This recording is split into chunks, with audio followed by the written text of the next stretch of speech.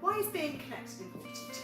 So actually relationships are fundamental to all areas of development, including learning. So anything that you want to do in life, anything about your life, anything about your development, relationships are sort of the fundamental basis of it all. And if you don't have, safe relationships, then actually everything is more difficult, not just learning. So understanding that relationships are key to all aspects of development is really, really important. And relationships don't just happen accidentally. You have to work on them, you have to think about them, you have to be active and engaging in those relationships. So making time for them and understanding that they are really important and not taking them for granted is I guess a key message.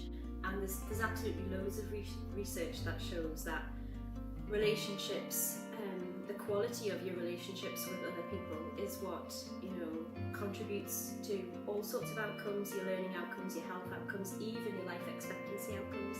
So that's why relationships are important to learning, because they're important to us as humans. We're fundamentally social beings, so the relationships we have actually affect how we develop, how we think, how we learn, how we grow, everything. That's why being connected is really, really important. Yeah. So what does this look like? What does it mean to be connected? Well, obviously it means something slightly different for everybody, and people relate and connect in lots of different ways, and some of that is influenced by where they grow up or how they grow up or the culture they grow up in.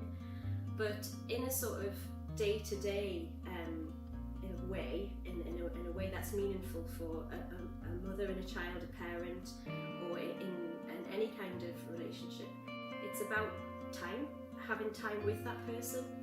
And I think a long time ago, a friend of mine said to me, when I was becoming a parent, actually, there's all these messages out there that it's really demanding and it takes up a lot of your time, and it does, but actually the important thing is that sometimes on a daily basis, children, they don't actually need all of your time, but when they come to be with you, then you have to put down what you're doing. And if you make those small pots of time and you show that you're listening and you show that you're there, so you make eye contact if that's comfortable for them, you turn and you ask them what it is they want to tell you, or you take the time to notice what they're trying to show you. Sometimes that little 2-minute interaction or 1-minute interaction or whatever it is just enough. Right. Just to show, I've heard you, I'm listening, I care, I'm interested. Mm-hmm. So making that space, making that time in the moment where they request it or need it, not needing to chase them around with special us time, or make a special part of your day or anything like that. Just those moments where they come to you and they're like, I need to tell you something, or I need your attention. If you stop what you're doing and you give it them that moment, sometimes that's just enough. So it means just being available and letting your child or whoever it is in that moment know that you've heard them, that you've listened, and that you're interested and that you care. That's enough sometimes.